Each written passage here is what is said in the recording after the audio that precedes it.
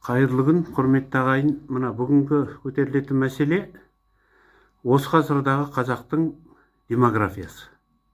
Бірінші. Бұл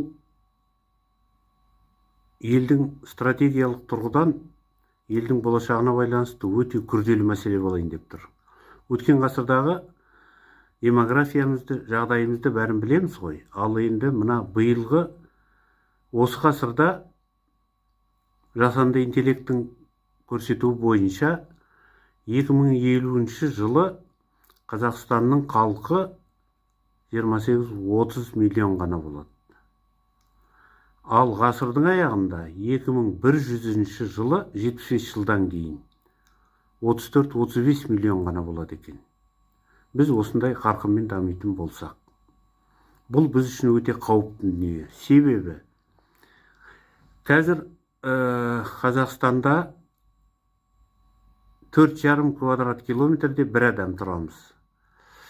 Егер біздің коммуникация, жол, су құбырларын жүргізу, электр жарығын тағы басқа осы жұмыстарды жүргізу, жол салу тиімді болу үшін Қазақстанда халықтың саны 60 миллион болу керек.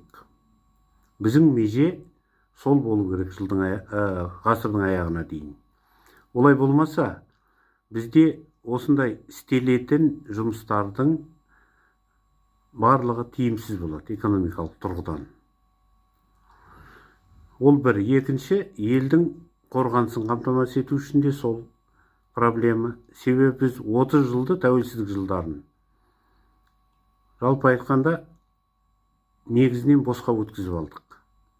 Анау 1 миллион қандастарымызды алғызамыз деп дүние жүзіне жарыш алып айқайладық та, жақсы, олар келді, арамызға қосылды, бірге болып жатырмыз, ол өте жақсы. Бірақ ол шеттегі 5 миллионнан астам қазақтың тек 20% ғана болар келгені, 18-20%.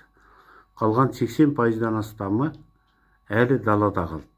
Оның ішінде Қытайдағы, көбі, оның ішінде оқыған зиялылар Қытайдағы. Анау концлагерлерде көпшілігі.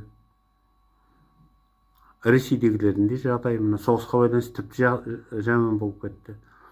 Сол Ресейдегі анау бурят, якуттар сияқты қазақтарда